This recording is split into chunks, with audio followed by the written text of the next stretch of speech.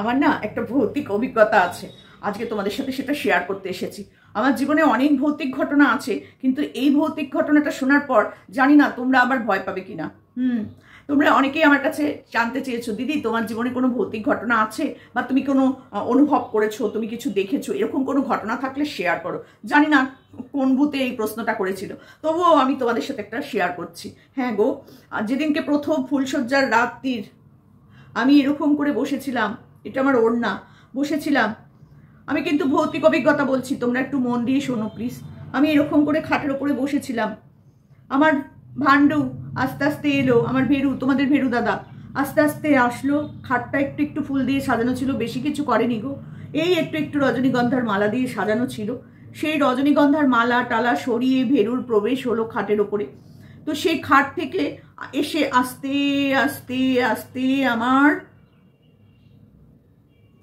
আমার মুখটা দেখলো, আর আমি ওর মুখটা দেখলাম।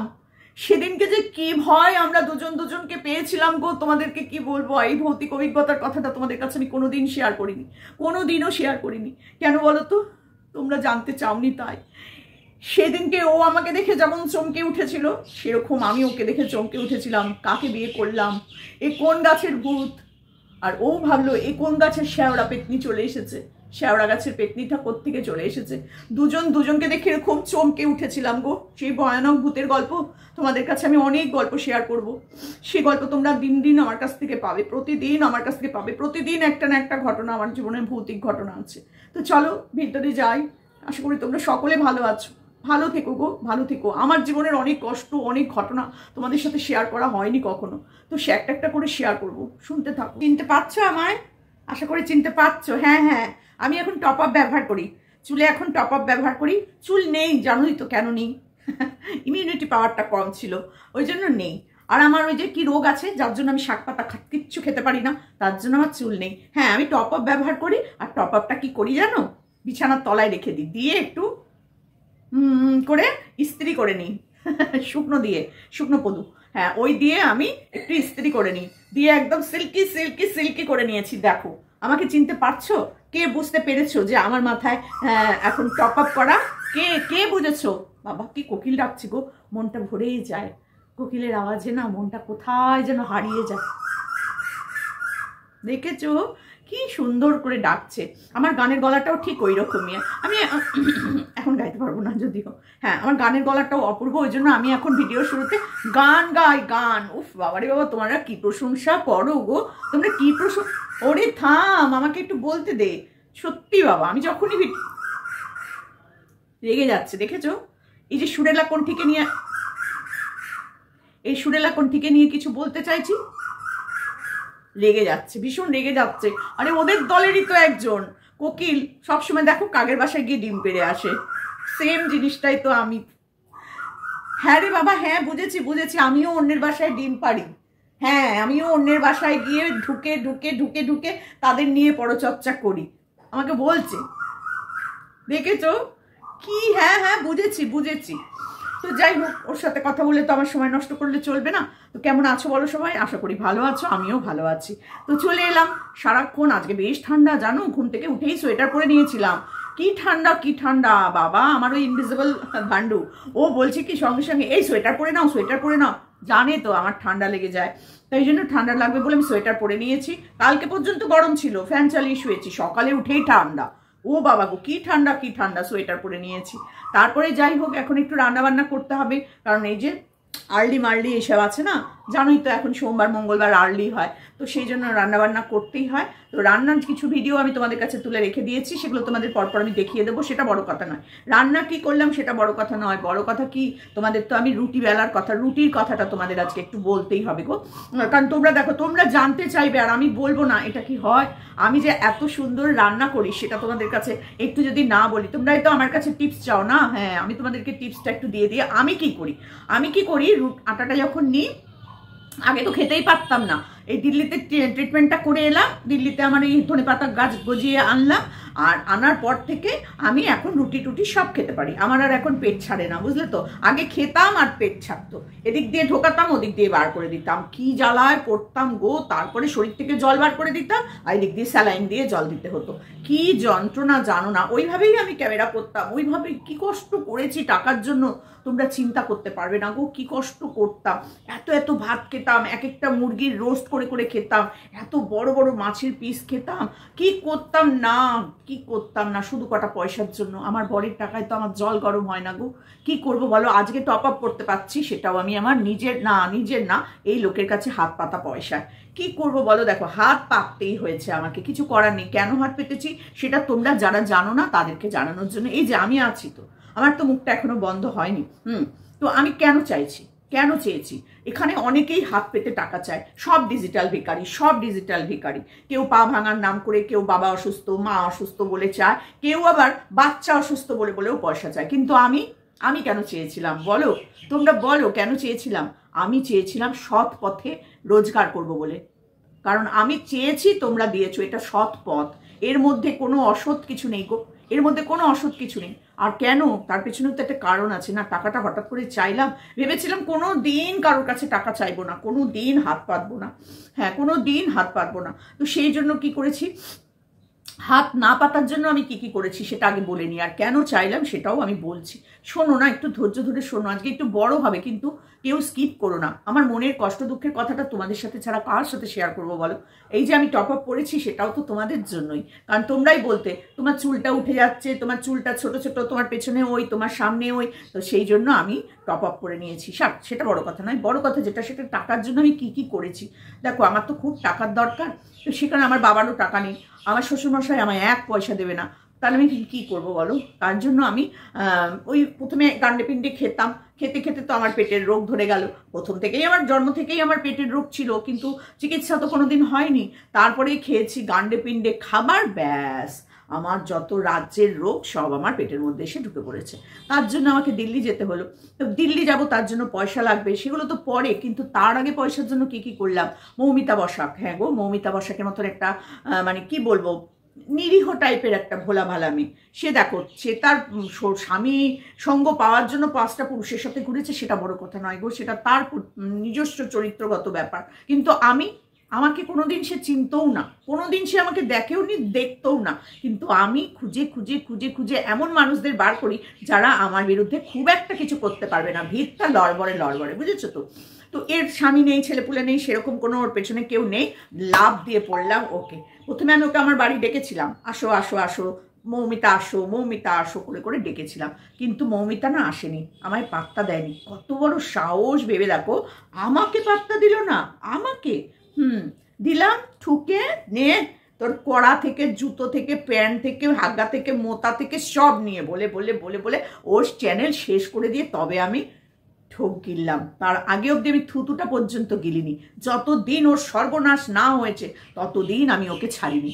আর মৌমিতা বসাক সত্যি একটা সাধারণ টাইপের মেয়ে, এত বুদ্ধি, দূরবুদ্ধি সম্পন্ন নয়, কুড়ো বুদ্ধি সম্পন্ন না কি বলে, ওইরকম মেয়ে না, এর মতো এত সুচারু না, বুঝলে তো। কিছু করতে পারেনি বেচারি। ওর পাশে যদি একটা বেশ শক্ত পোক্ত থাকতো না, তাহলে দেখিয়ে দিত। তো যাই হোক, একটা ফোন কল করিয়েছিল কাকে দিয়ে, তার গোষ্ঠীর ষষ্ঠী পুজো করে দিয়েছিল একটা সময়, বাপরি বাপ। তো সেখান থেকে শুরু হলো মানে আমাদের ওয়াইটিতে তার প্রবেশ আগেই করেছিল, গৃহপ্রবেশ আগেই করে রেখেছিল, কিন্তু পাকাপাকিভাবে থাকতে শুরু করলো ওই মৌমিতা বসাকের চ্যাপ চেটে। তারপরে কি হলো, ওটা চলে গেল, ওই পার্ট শেষ। এরপর শুরু করলো আমাদের MSL নিয়ে, এম বুঝতে পারছো, দুটোই কিন্তু এম। ওদিকে হচ্ছে মৌমিতা, এরপর এলো MSL, আবার সেই এম। আচ্ছা, আবার সেই MSL এর পেছনে লেগে মানে ওদের গু বেরোবে না, শুকিয়ে কাঠ হয়ে গেছে ওর কথা শুনতে সেই গুয়ো টেনে হাত দিয়ে এইরকম করে বের করে করে চেটেছে, বুঝো। আর আমরা দেখেছি। দেখো, আমাদের দেখতে তো মুখ থেকে বেরোবেই, বলো চুলটার জন্য কেমন লাগছে, কিন্তু মাঝে মধ্যে বলো। হ্যাঁ, তো যাই হোক, আমরা তো তখন বলবোই, বলো। ও আগে বলেছে, আমরা পরে বলেছি, আমরা আগে বলেছি, ও পরে বলেছি, এই করতে বসেছে এখন ছোট্ট নটিটা, বুঝলে কিনা। ঠাস করে এক চট দিয়ে দেবে, দিয়ে তারপরে তোমরা মুখের যা ভাষা আছে ওকে বলে দেবে, কিচ্ছু হবে না। তারপরে শোনো, এইবার MSL দের নিয়ে বলতে বলতে বলতে বলতে খেলো একটা দম ধারাক্কা দিল। MSLরা দিল, কত সহ্য করবে বলো, চুপচাপ সহ্য করেছে, করতে করতে একটা স্ট্রাইক দিয়েছে। ওমা যেই স্ট্রাইক দিল, ওরে বাবা রে বাবা, নেশান অব্দি পৌঁছে গেল।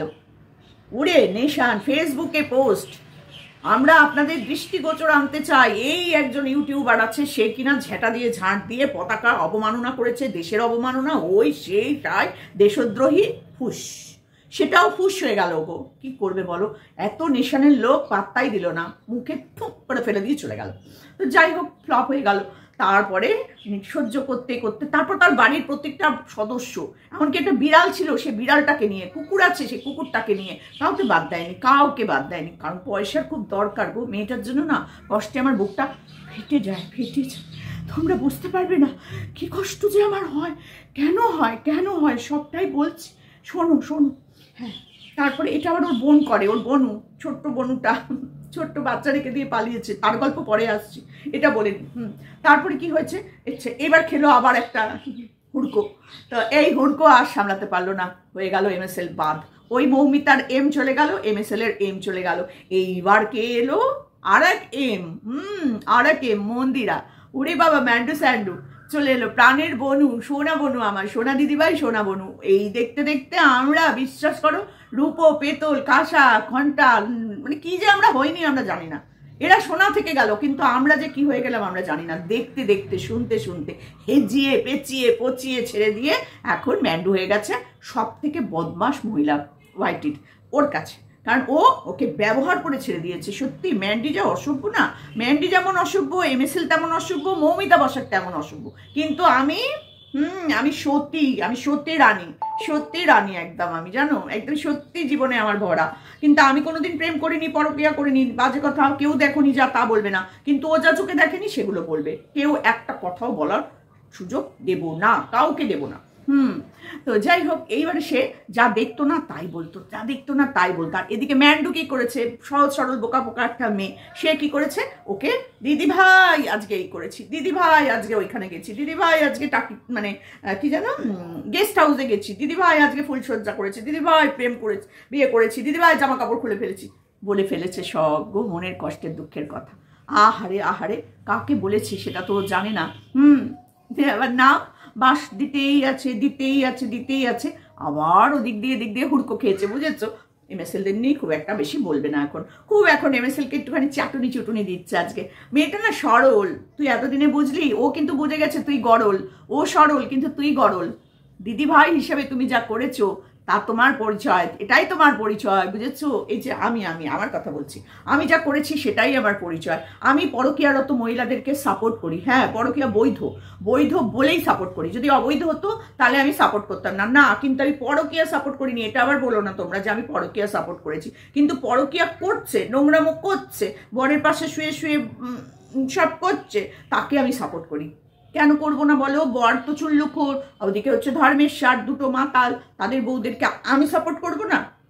আমি সাপোর্ট করবো না? আমি আমার জামা তুলে দেখিয়ে দিই যে কোথায় আমার ট্যাটু আছে কি নেই, আছে কি নেই। তো সেইখানে দাঁড়িয়ে এরা খুল্লা প্রেম করবে, আমি সাহায্য করবো না? আমি সাহায্য করেছি, হ্যাঁ করেছি, বেশ করেছি, আমি টাকা নিয়েছি, বেশ করেছি। আমার টাকা ছাড়া কোনো কিছু আমি চিনি না, আমি আমার বরকেই ছেড়ে দেবো সেকেন্ডের মধ্যে, কোনো দরকার নেই আমার এইসব, কোনো দরকার নেই, চল ফোট। এমনিতেও আমার ভান্ডু সান্ডুকে দিয়ে কিচ্ছু হয় না, তো আমি কি করতে ওকে পুষে রেখেছি বলো? এই বাড়িটা ছেড়ে বেরোতে পারছি না বলে, আমার থাকার জায়গা নেই তো। আর দেখো, ভাড়া বাড়িতে যদি এখন আমি যাই তাহলে তো আমার টাকা দিয়েই আমাকে ওই ভাড়া বাড়ি দিতে হবে বলো, আবার এই যাতায়াত করার, জিনিসপত্র নিয়ে যাওয়ার খরচ, আবার সেখানে গিয়ে অ্যাডভান্স দিতে হবে, কিরম বাড়ি ঘর তো সেটা দেখতে হবে, ফ্যান লাগাও, লাইট লাগাও, কত কি করতে হবে বলো তো। কারণ শ্বশুরমশাই তো কিছুই দেবে না, বাসন কোসন আই বাবা যদি দিয়ে থাকে, আমায় দিয়েছিল, একটা দুটো দিয়েছিল, সেইগুলো নিয়েই আমায় যেতে হবে। আর এই যে তোমাদের পয়সাতেই তো আমাকে কিনতে হবে বলো, এই পয়সা থেকেই আমি ফোন কিনেছি, এই পয়সা থেকে আমি ডাইনিং টেবিল কিনেছি, এই পয়সা থেকে আমি চুলের ওই যে বাবারে বাবা হাওয়া দিয়ে দিয়ে এই যে কগাছি, এই যে আমার কগাছি, ভেতরের কগাছি, যেটা তোমরা দেখতে পাও না মাঝে মধ্যে, ভেতরের গাছিগুলো, ওই গাছগুলোতে আমি করে শুকাই, কারণ ওইগুলো ভিজলে আর শুকোতে চায় না, বুঝলে তো। অনেক তো অনেক একদম। তো সেই কারণে না সহজে শুকোতে চায় না। এখন আমি টপ আপ পরে নিয়েছি, খুলে রেখে দিই, আবার পুটুক করে পরে নিই, খুলে রেখে দিই, আবার পুটুক করে পরে চলে আসি। বিয়ে বাড়ি গেছিলাম, কেমন লাগছিল বলো আমায়? কেউ বুঝতে পারোনি তোমরা, কেউ এখন সব থেকে যেটা আমার ভালো কাজ, এখন যেটা তোমাদের মনের মতন কাজ করছি, সেটা হচ্ছে প্রিয়ার বাচ্চার চিকিৎসা হতে দেব না।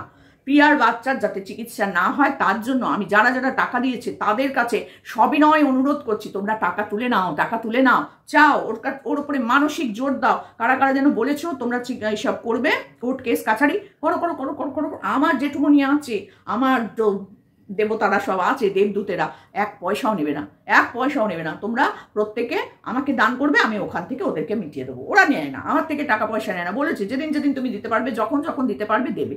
ওরা সত্যের পথে আছে না, ওরা ন্যায়ের পথে আছে, ওই জন্য টাকা পয়সা নেয় না, আমার থেকে নেয় না। কি ভালো জানো না তোমরা। তো আমি আমার জেঠুমণিকে দিয়ে তোমাদের এই কেস লড়িয়ে দেবো। প্রিয়ার বাচ্চার কোনো রকম টাকা পয়সা দেবে না, কারণ ওর বাচ্চার থ্যালাসেমিয়া হয়নি। প্রিয়া মিথ্যে কথা বলে বলে টাকা নিয়েছে। আমার কথা তোমরা বিশ্বাস করো, কারণ আমি সত্যির প্রতিমূর্তি। যারা যারা আমাকে নিয়ে ভিডিও করো তাদের কোনোদিন ভালো হবে না, কোনোদিনও না, কারণ তোমরা হচ্ছ একদম শয়তান, তোমাদের কোনোদিন ভালো হবে না। আমি বলছি, এই তোদের না, তুই করে কথা বলতে হবে। ও মা, তুমি করছি কেন? ই বাবা, সমাধিকে ভেতরে ঢুকিয়ে দিলাম। হ্যাঁ, এই তোদের কোনোদিন ভালো হবে না। তোরা হচ্ছিস মানে কি বলবো, তোরা পতিতাকে যারা সাপোর্ট করিস তারা পতিতা, তারা ঢেবড়িকে যারা সাপোর্ট করিস তারা ঢেবড়ি, যারা খ্যাকশিয়ালকে সাপোর্ট করিস তারা খ্যাকশিয়াল, যারা ফোমা বুড়িকে সাপোর্ট করিস তারাও বুড়ি। আর টুনটুনি বুড়ির তো ঠোঁট কাটা, তোদের সবার ঠোঁট কাটা, তোদের সবার মেয়েরা নোংরা। তোদের ওই যে সীমার মেয়ে পতিতার মেয়ে পতিতা, আর ওই হচ্ছে রসালো বুড়ির মেয়ে হচ্ছে এক রসালো, সে ঘরে বসে থাকে, একটার বিয়ে দেয় না, পতিতার মেয়ের তো বিয়ে দেয় না, বিয়ে দেবেও না, কি জানি কোন দিন আবার ফন্দীপের সাথে না দিয়ে দেয়। আর এদিকে এই যে টুনি বুড়ি, এই ঠোঁট কাটা বুড়ি, এর মেয়ে তো একটা প্রেম ঠেম করে আবার ঘরে এসে বসেছে। বিয়ে দেওয়া হবে না, কি করে হবে বলো? হবে না। মারা এত নোংরা, তাদের বিয়ে হয়? আমি বলছি কিন্তু, আমি সতীমা, দেখো আমি যা বলি তাই কিন্তু তোমরা অক্ষরে অক্ষরে ফলতে দেখো।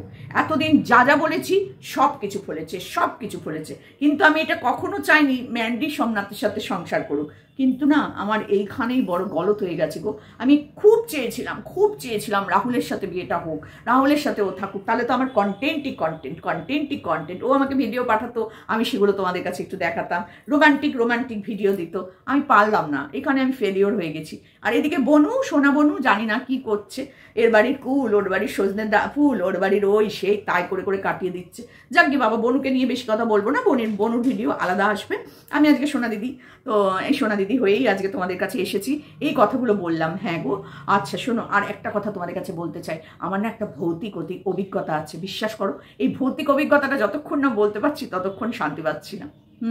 তো চুপ করে তোমরা একটু শোনো প্লিজ। রাত সময় ঘটনা আছে, আমি না বাথরুমে যেতাম। হ্যাঁ গো, আমার খুব মুতু পায়, যখন তখন মুতু পায়। আমি যখনই মুতু করতে যাই তখনই লাইট নিভে যায়। কেন বলো, কেন? সেই সময় তো অন্য একজন ঢুকতো, আমার বর যাতে দেখতে না পায়, ওই জন্য আমি বারবার মুতু করতে যেতাম। আর চমকে উঠতাম, দেখতে পাচ্ছি না তো, জানতে পারলো না তো, হুটুক করে লাইট নিভিয়ে দিত।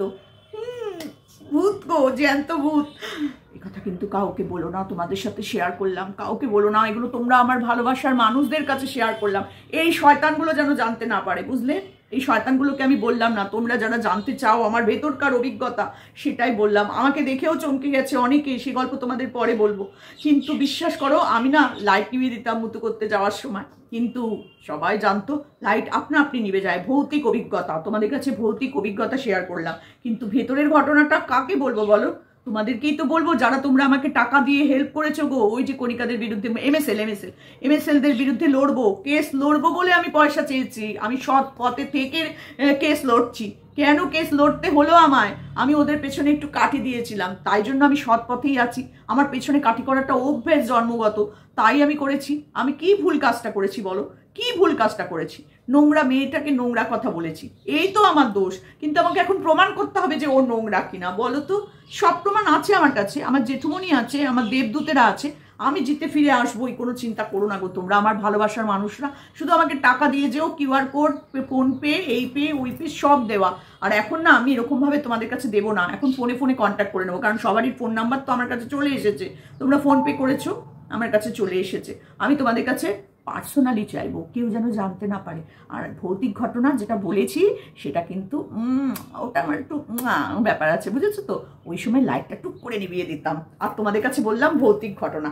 তো চলো, এটা আবার আমার ভেরু দেখতে পাবে তো ভিডিওটা, ওই জন্য ওটা ওইভাবে বললাম, বুঝেছো? সব কিছু তো বলতে নেই, পুরুষ মানুষকে সব কথা বলতে নেই, কখনো বলবে না। প্রেম করো, ঘরে বসে প্রেম করো, কিন্তু আমার স্বামী যেন জানতে না পারে। আমার স্বামী সব জানে, আমার স্বামী তো নেই, দণ্ড নেই, তো সেই জন্য আমার স্বামী সব জেনেও কিছু বলেনি। কিন্তু সবার স্বামী তো সমান না। এই যে দেখো ফোনদীপ, না বাবা ফোনদীপ বদমাইশ, ওকে নিয়ে কোনো কথা বলবো না। তো চলো এখানেই শেষ করছি। প্রতিদিন আমার অনেক ভুতুরে গল্প আছে, অভিজ্ঞতা আছে, তোমাদের কাছে শেয়ার করতে আসবো। আর পিয়ার ছেলেকে কেউ পয়সা দেবে না, কিন্তু আমি বলে দিচ্ছি, আমি এই যে টপ আপ করা চুল নিয়ে বসে বললাম, আমার চুলের দিব্যি, ও কিন্তু 1 পয়সা দিয়েও ওর ছেলের চিকিৎসা করাবে না। আইনি কেস লড়ো তোমরা, আমি আছি, জেঠুমনি জিন্দাবাদ। তো চলো, আমার জন্য তোমরা একটুখানি প্রে করো গো, আমি যেন 50 বছর বয়সেও মা হতে পারি, যেন এই কুপোষণাকে আমি খেতে দিই না। ঘর না মোছা অবস্থায় আমার বর চা মানে ঠাকুরকে দিয়ে টিয়ে চলে যায়, গোপালকে খেতে দিয়ে চলে যায়, সারাদিনের নামে ওই রাত্রিবেলা এসে আবার একটু ঘন্টা বাজিয়ে দেয়। কি করবে বলো? আমার তো অল টাইম আমার শরীর খারাপ, অল টাইম আমার পিরিয়ড, আর জন্য আমি আর পুজো দিতে পারি না। ওই মাঝে মধ্যে টিনে ব্যাস শেষ, বাসি ঘরে পুজো দিয়ে চলে যায়, কিচ্ছু হয় না। মনের ভক্তি বড় কথা। আগে আমি যখন সন্ধে দিতাম, আমি না খুব সন্ধে দিতে ভালোবাসি জানো, ধূপকাঠি নিয়ে বাথরুমের দরজার কাছে গিয়ে দিতাম, সারা বাড়িতে দিতাম না, বাথরুমের দরজার কাছে দিতাম, কারণ ওইখানেই তো আমার চুপু চুপু পুচু পুচু হতো রাত্রিবেলায়, ওই জন্য ওইখানেই আমি দিতাম। তো সারা বাড়িতে ধূপকাঠি না দেখিয়ে আমি বাথরুমের দরজার সামনে দিতাম, ভেতরে দিতাম না, বাইরে দিতাম। ভেতরে তো ঠাকুর দেবতা ওর আসতো, অশরীরী ঠাকুর দেবতা আসতো, আর বাইরে পুচু পুচু পুচু পুচু করে সন্ধে দিয়ে চলে আসতাম, কেউ দেখেনি কোনোদিন। তখন তো আমি ভিডিওই করতাম না। তো আরে অনেক গল্প শোনার জন্য তোমরা আমাকে কমেন্ট করো যে হ্যাঁ সতী দিদি আমরা তোমার গল্প শুনতে চাই। হ্যাঁ, আমার টপ আপ দিদি বলবে আমাকে কোনো অসুবিধা নেই, তোমরা যে নামে খুশি আমাকে ডাকতে পারো। তো সেই জন্য আমি তোমাদের কাছে চলে এসেছি। ভালো লাগছে না আমার চ্যানেলটা? অবশ্যই সাবস্ক্রাইব করে দিও। চলো সোনারা।